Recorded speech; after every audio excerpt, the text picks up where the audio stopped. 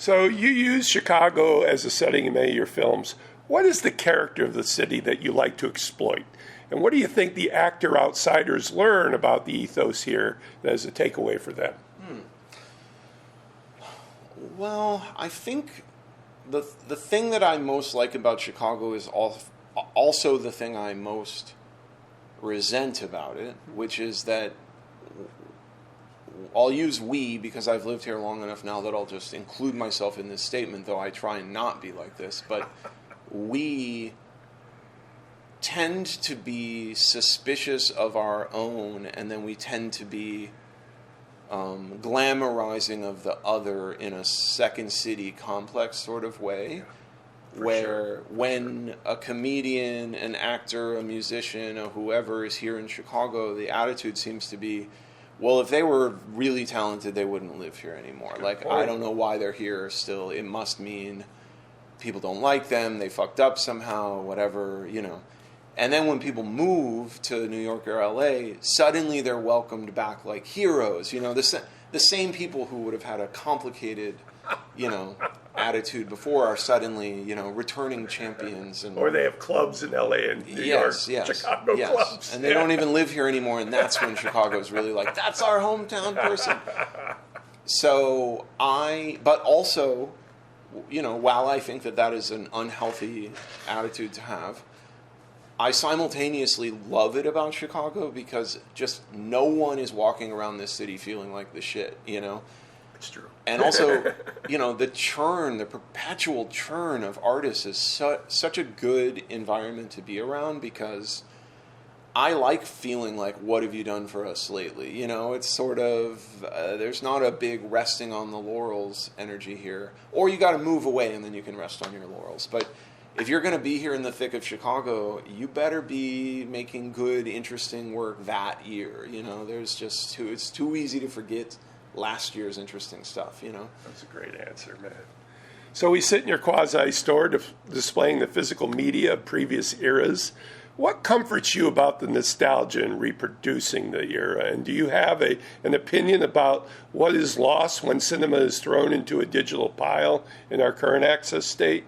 And what in your history was your greatest and most surprising physical media movie discovery? Well, in terms of the nostalgia and the creation of the environment, I think that my mindset is really not that one is better than the other, but that it would be a pity to lose this option.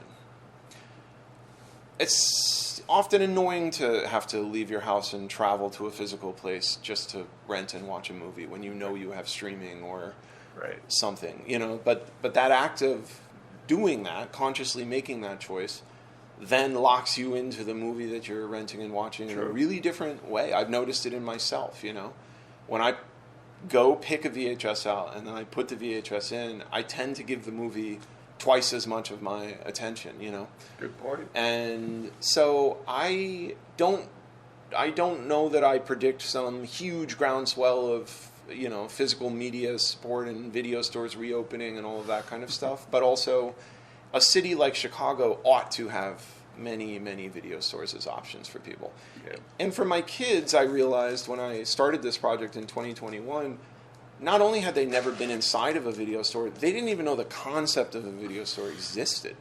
And the idea that within one generation, I could have gone from valorizing, working at, and, lionizing filmmakers who had come out of the video store era to my own children not even conceptualizing of a video store, I thought that is the world moving too fast. One generation is much too fast for this entire culture to just disappear. So, I really sort of started it a little like a museum, a little like an art gallery, a little like a active and working rental store, a little like a decor, bar decor. It's functioning in all of those capacities depending on how you want to use it. Even if you never touch one of these movies, I just think it feels good to sit in this bar surrounded by video boxes. Yeah. They have magic, they're colorful, they're interesting. And it reminds me also with my own films, every single one of these films, so much work went into it, an entire professional crew worked on it. Yeah. All this labor, and I sit here and I think, I'm not even going to watch 1/10 of these movies in my lifetime, and I'm a rabid movie consumer. Yeah. So, it chills me out a little bit. It just reminds me, like, do your best, work hard on the film, but, you're in an industry that already has 130 years of history. You're just, contributing tiny little pebbles, into the bottom of the swimming pool, but eventually it will, I love that. I love it. Any anecdotes from your video store days? Oh, yeah. I worked at Hollywood Video in Naperville from 16, Classic. probably the day I turned 16. I desperately begged for that job. And, I worked there with several friends. I mean, it was a really, really great time for me. The true beginning of my rabid cinephilia. I mean, I would work until 10 or midnight and then come home and, watch 2 or 3 movies and go back the next day and get a couple more. And super awesome, and just really familiarized me with the foreign film section, with the documentary section, forced me to just realize how broad the output was at the time. And as I recall, Hollywood did have a more eclectic. Oh yeah, and ours had. At some point we had worked there long enough to have the privilege of ordering tapes for the store, and we went crazy because back then the really good art films were like $100 for a VHS. You couldn't just get them for $20, Right. So we were high school kids. I mean, there was no way we could afford to buy these movies, but we could get them for the video store and then watch them that way. Nice. So we had an incredible foreign section, an incredible doc section, an incredible art house section. I mean, we were going crazy. That's great. So we both transitioned from a non-digital age to a digital age. You much younger, but in your generation, what have you observed regarding the effect on relationships, and how do you place that observation in your more modern stories, like stories that you come up with now? We're just a lot more neurotic and unhealthy, the technology has just allowed us to abuse each other in ways that were unimaginable to previous generations. So I view them as essentially surveillance devices that we've all elected to carry on our body, So I think in my own life I've gone full circle of really embracing social media, getting addicted to the phone, all the things that happen. Yeah. And then I've tried to turn through that period of time. I haven't had social media for a decade at this point. Oh, good. I have a dumb phone, not a smartphone. If I can't change the broader culture, I can at least change my own habits in relation to it, and hopefully then shift my relationship to relationships, which now involves just meeting people in real life, or a sort of slower and more organic pace to all of that. Have you had like cell phone messages in your films as a plot element? Oh yeah, Okay. And still, I mean, I cannot be an observer of modern life without the phone being a perpetual accessory in most people's hands. Right. A lot of people get around that by saying their films like in 1998 or something. No. I have no desire to do that. I recognize the convenience of the phone. Sure, we all do. We've just made the trade. We've traded convenience for sanity or something like that. And now, speaking of the digital age, it has allowed both more filmmaker voices in accessibility and more voices of film reporting and critique. How has all of this noise made it both more challenging for you or more advantageous for you as a producer and filmmaker?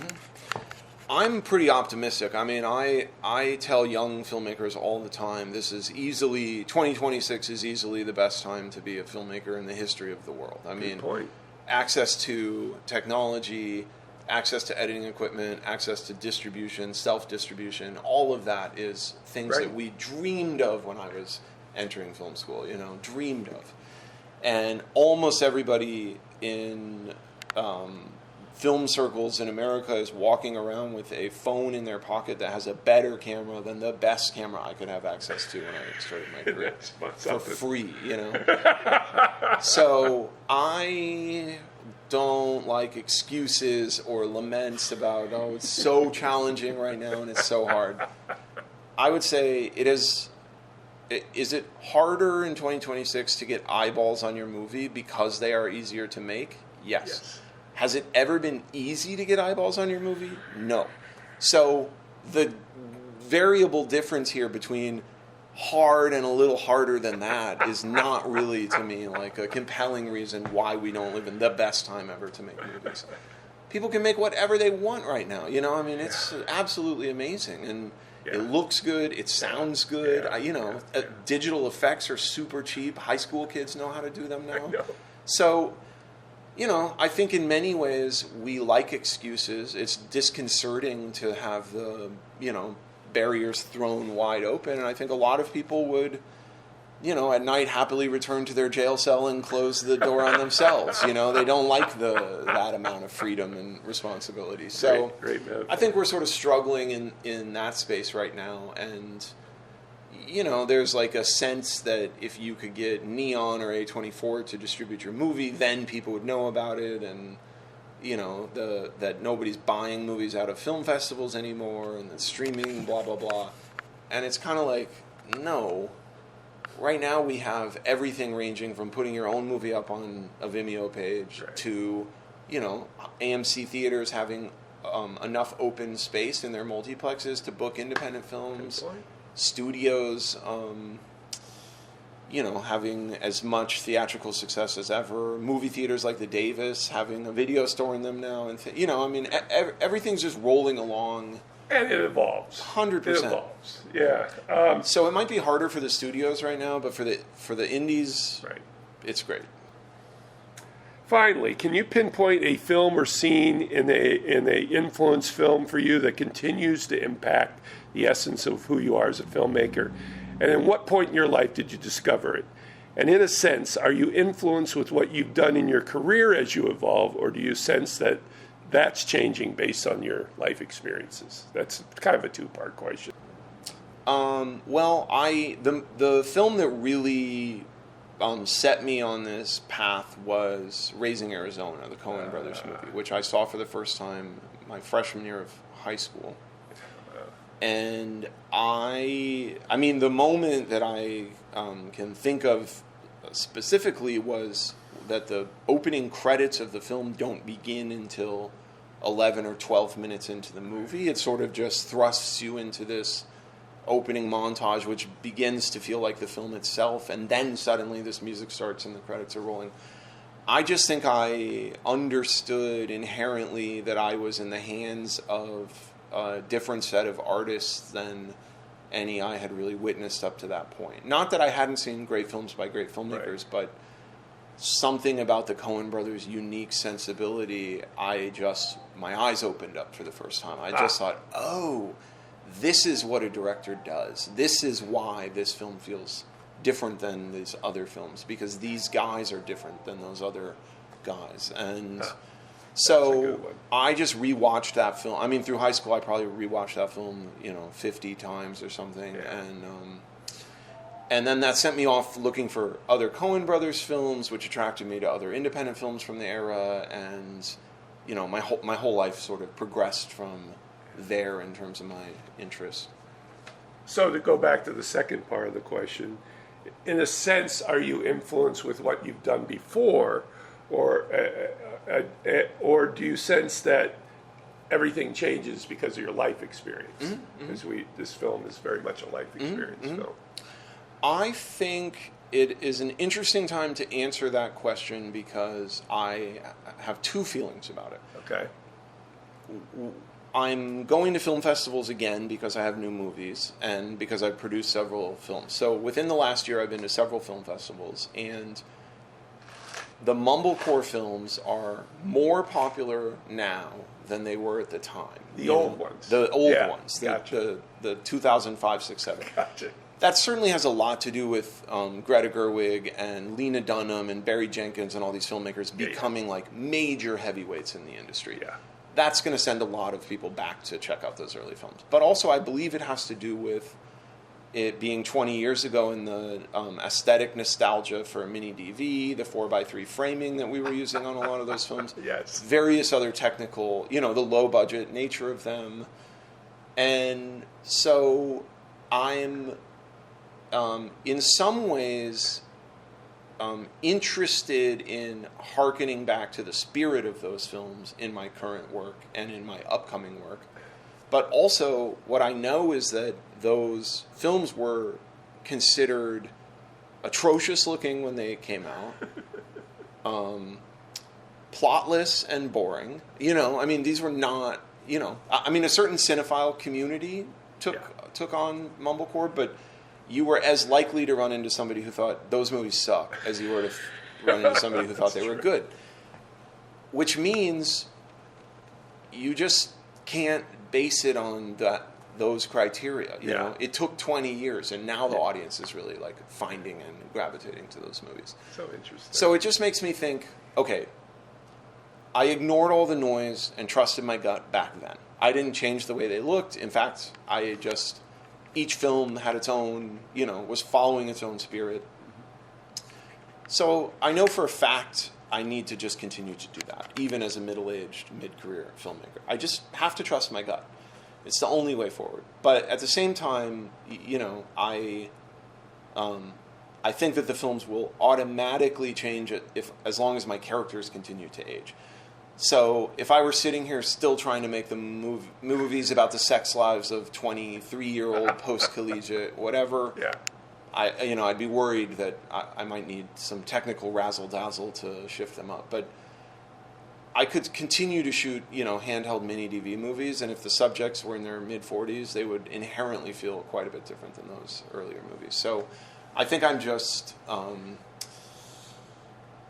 trying not to think too much about what came before and whether those movies resonated or not, and just focus on trying to tell the best story for the current age. And my data sets and input are all different now. Like, I have children of my own now who bring all kinds of music and movies and art into my life that I wouldn't have access to as an older person. And so, I'm hoping that